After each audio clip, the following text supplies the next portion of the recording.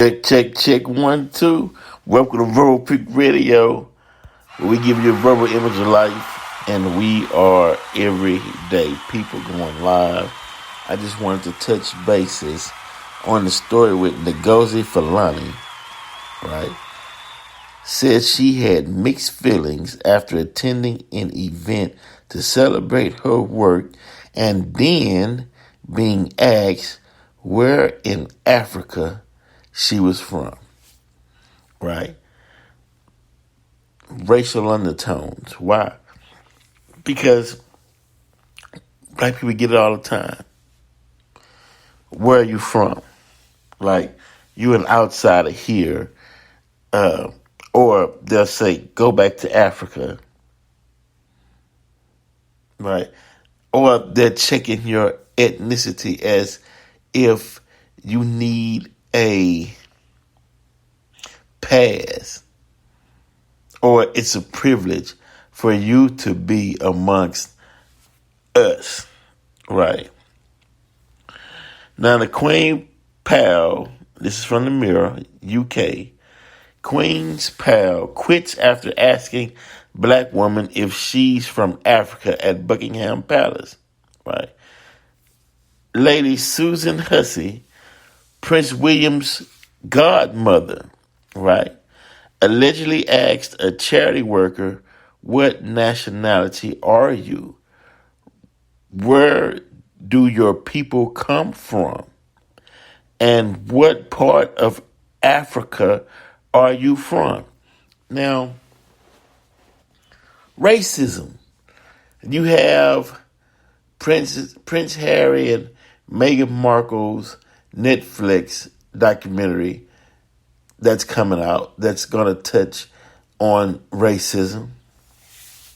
You have this incident with Lady Hussey, right?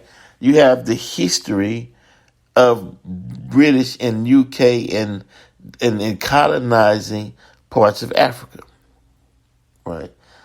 But the good thing is it's all coming out. Everything's coming out in the open. There's nothing left to hide. Even Kanye, everything is coming out. So we have to deal with it. A close friend of the late Queen has resigned from her royal role after allegedly asking a black visitor at Buckingham Palace, what part of Africa are you from? Now, don't get caught up in wordplay, because it's not allegedly, because it's factual that she did ask. In a Twitter post, Ngozi Fulani, who runs a black women's domestic abuse charity, claims she was questioned about her ethnicity by Lady Hussey. And you say, well, why is that upsetting people, right? Why is that such a problem? I'll tell you in a minute. The 83-year-old was one of the late monarch's most trusted friends and is Prince William's godmother. Now, you don't think that the royal family knew her stance on how she felt about people that she deemed from other countries into the UK? Now, Fulani's saying, hey, I was born here. I'm British, right? And she goes to say, wait, where are you really from, right? Now, this would take a person off guard, because if you're born there, your whole identity says British. That is who you are. That's what you identify with. But when someone, and she said, well, she's my elder. That's what Fulani said. The Ngozi Fulani was like, well, it took her back because she didn't want to just get abrupt with the 83-year-old lady. She stated she's an elder.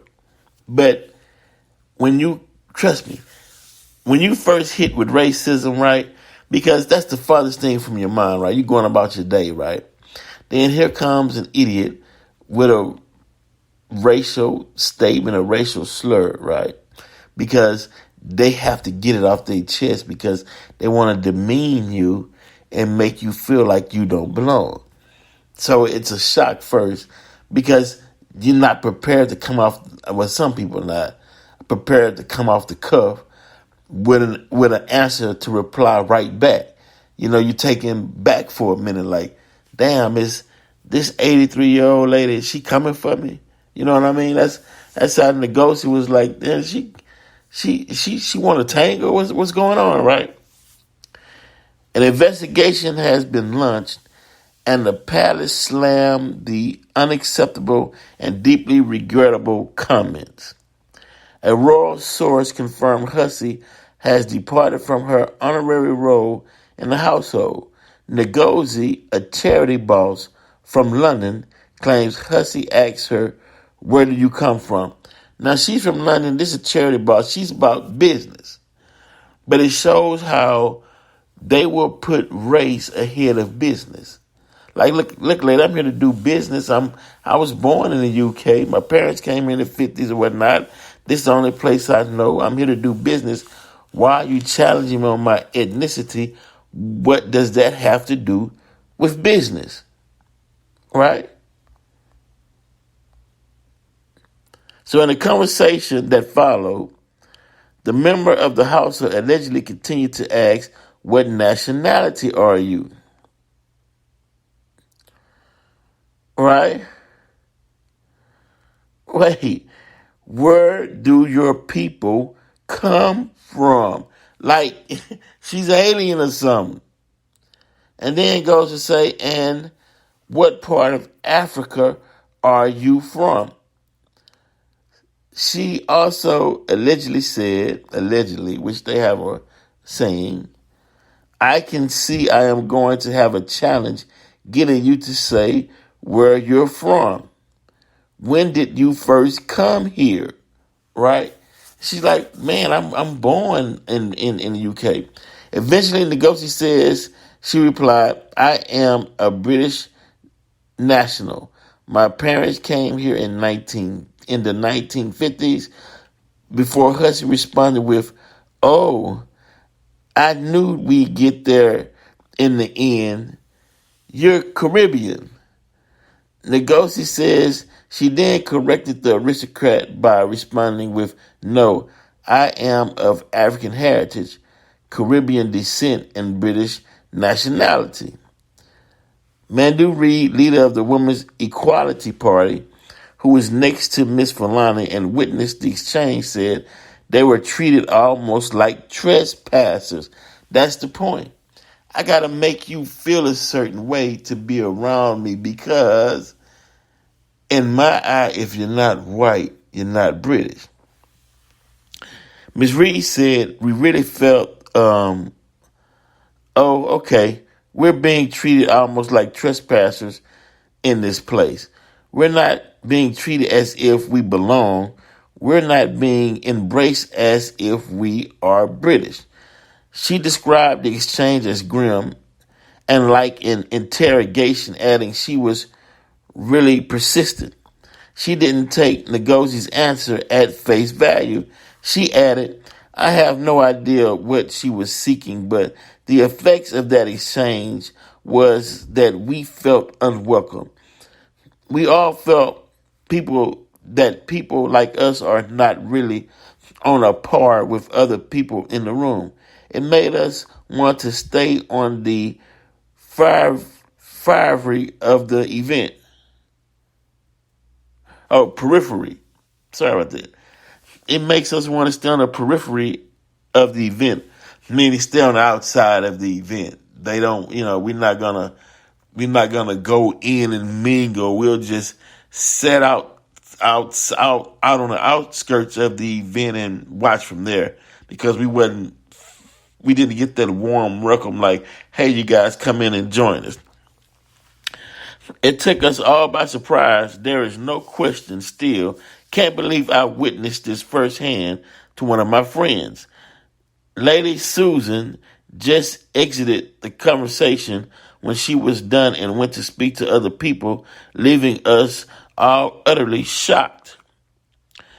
Then Ngozi wanted to go home. She felt in that moment that she was not welcome and said it would be better for me to just head out and leave now. But we explained what we had just witnessed to the person who had accompanied us to the palace, and she agreed totally inappropriate and unacceptable, and it was racist.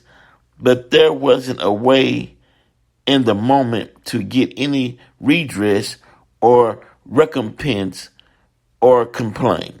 We felt totally exposed and isolated and out of place in those moments. It is not right to just brush this under the carpet and shrug it off, and it needed to be addressed. Right. Yeah, it needs to be addressed. Right. And how do you address it? Okay, we have to do a history lesson. Right. Who were in Britain? Who was King Arthur? Was King Arthur black? Did the Moors come to Europe and give the Europeans medicine? Did they teach them mathematics? Did they educate them? Did they lift them up? If you know your history, you could have said, well, my ancestors were the ones who lifted you up to where you can have such roles. My ancestor was the ones who built the castles that you all adore. My ancestors was the ones who taught you and gave you medicine and showed you how to take care of your sick. If she would have known her history. Now, but this is what gets me, right?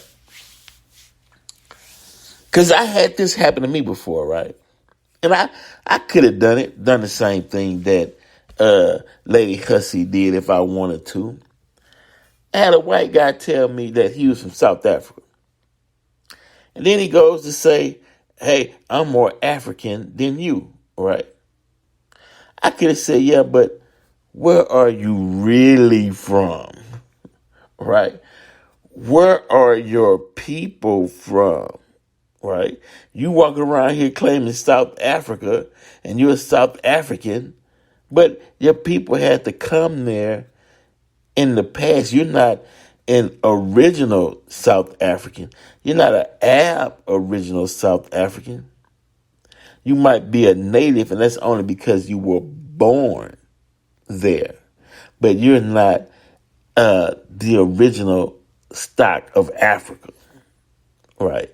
Africans can press white people that are in South Africa the same way Lady Hussey pressed Ngozi Fulani, where are you really from, right? White Europeans come to South Africa and created a whole system of apartheid. When the South Africans could have said, wait, what are y'all doing over here? Right? Where are y'all really from? Where are your people from? Right? When did y'all come over to South Africa? Who gave you permission to come to South Africa? Why are y'all still here in South Africa? See, it works both ways. When they come, and I meet a lot of them, you just wouldn't. I met a guy from Portugal who family left Portugal, went into Africa. Why didn't your family stay in Portugal? What you doing over in Africa? Right? So, and then he tells me, yeah, I'm more African than you. I'm like, how? Right? How? When our life began in Africa first, right? Just because you moved to Africa don't make you more African than me. It's in my genetic, my DNA coding, right? But we don't press white people when we see them in black areas. The Native Americans don't go up to white people and say, where are you from? Where are your people from? Because they'll say, well, I'm from Massachusetts, Boston, Massachusetts. Yeah, I know, but where are you really from? I'm from Boston, Massachusetts. No, meaning, where are your people from? And when did you come to the Americas? From Europe. A lot of white people, they couldn't say, well, some of them don't know, well, my grandmother is, my great great great grandmother is Dutch, and her father was from Britain. They don't know. See, that's a reason why they had to fix this situation quick and ask her to leave her post. And I'm talking about Lady Hussey, because it opens up so many doors. Like, you're getting ready to open up. You're getting ready. Now, put it like this. Nowadays, black people are reading and studying, and they're knowing history, and they're extracting facts. So by you coming out treating her this way, it's going to make black people go back and point out our history and point out things that we wanted to keep hidden. See, white people are getting checked for that. Look, stop starting stuff, because you're going to open up these books and open up things that we don't want the public to know. Be quiet. That's why they got on Kyrie Irving for tweeting the link to Hebrew to Negroes, because they're like, hey, man, we don't want this out. Stop it. But what they messed up at is they came like bullies, like they came too harsh at him, because all he did was tweet the link, right? He didn't write the movie. He didn't make any statements saying, hey, oh man, y'all gotta check this out, man. There's some information in there. Oh my God, man, this is the documentary of the decade right here. Didn't say any of that. And from him just tweeting that link, boy, they was on him like white on rice, dogging him out. Hey, go ahead, list of things you gotta say. The NFL commissioner had to come out and say, NFL had to come out and say, well, Kyrie is not an anti-Semite. I know Kyrie, he just tweeted a link to a movie. But it made some, not all, but it made some in the Jewish community seem like bullies, like it was a modern day lynching in a sense, and forgive my French, but it was like they were saying, nigga, you better not ever post nothing about no movie that we disagree with. We'll take everything from you and we'll beat you down, right? And it's like, whoa, wait a minute, that's a little strong there, This is 2022. You can't come at people that harshly for what others would view as a minor offense, right? Because it wasn't about the negative tropes in the documentary. Had nothing to do with that at all. That wasn't why he tweeting it. See, we tweet things when there's knowledge that blacks wasn't privy to. So we share information and knowledge. That's been a thing since slavery. You got some information that can help somebody. Hey man, check this out. It might help you along your way. Oh man, hey, go a documentary that was talking about black people being Hebrews and being Jews. Well, let me go check that out. We're not getting into the negative aspects of it, because we got discernment. We can pull out the positive and leave the negative. But when you feel like a person can't pull out the positive and leave the negative, what you're saying is they're a child, a boy and a gal, and they don't have the mindset of discernment.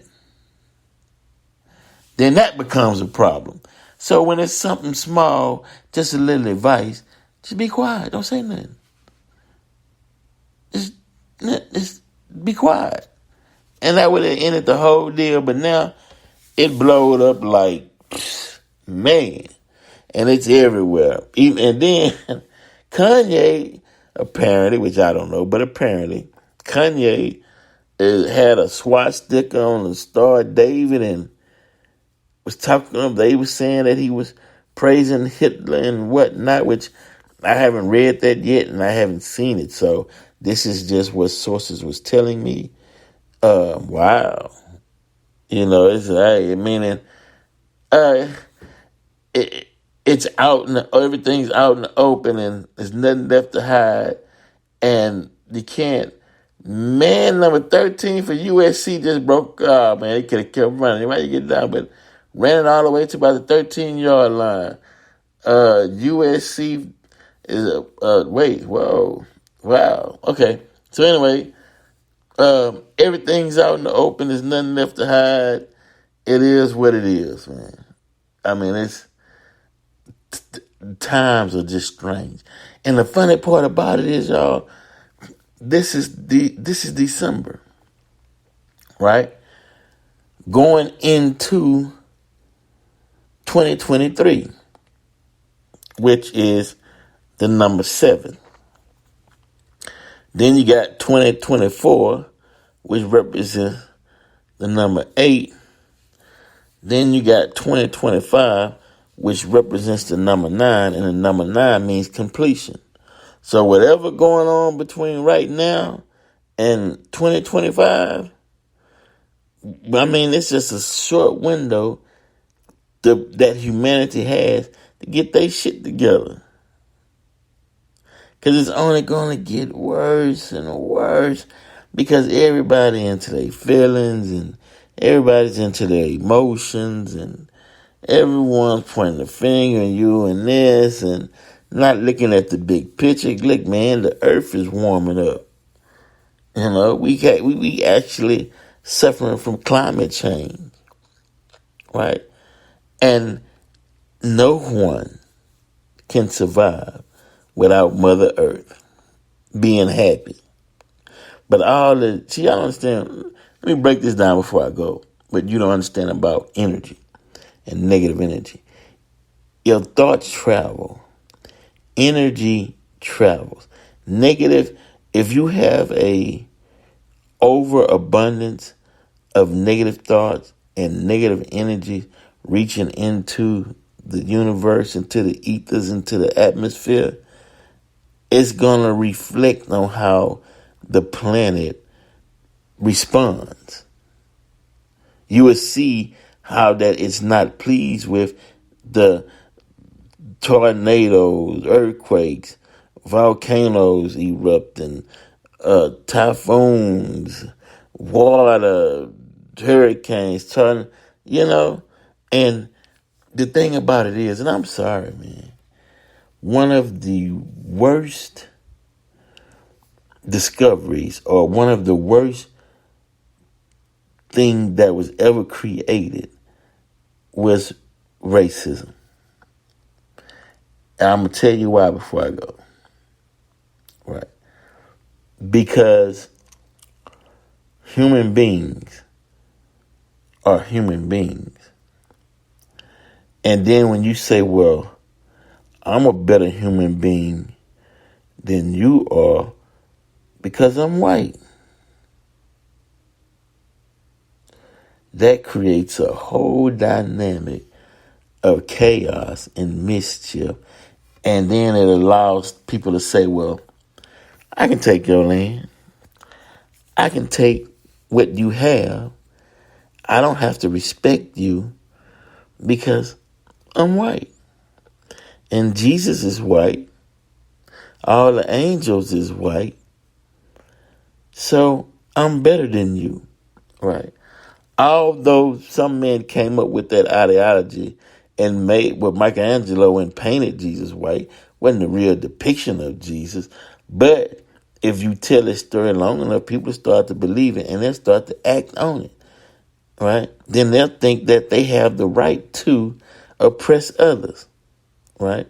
Then God has to come, take the side of the oppressed to show the oppressor that I am God. Right? And I chooses whom I please. and raised the bottom rail to the top. And then those that was the oppressor, now they looking at the oppressed like, can you just give me some water? Can we all can we all just get along? Damn. You've been using this system of supremacy and racism before 450 years ago, right? That's the racist system was created before actual physical bondage slavery. So you've been benefiting and utilizing this system, right, without showing mercy. And now that God has came in person to deal with all of this, it's like, oh man, what do we do? Which way do we go? Matter of fact, you know what? I think we got enough to stand up against God. And what's the saying? Your arm's too short to box against God. But hey, man. But you know what everybody's saying now that I hear a lot.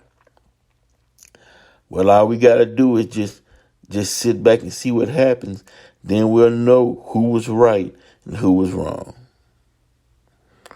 Okay, yeah, that has some truth to it. But hey, just sit back and watch how everything that was done in the dark, it comes to the light, and then it's just shared millions of times. It blows up, and you can't take it back. It's out there. Then you got to resign, and you got to go sit back and see if you even have a heart to understand the damage that was done. Because if you don't see the damage that was done, that's a whole nother problem all within itself. Verbal Pick Radio. We're out.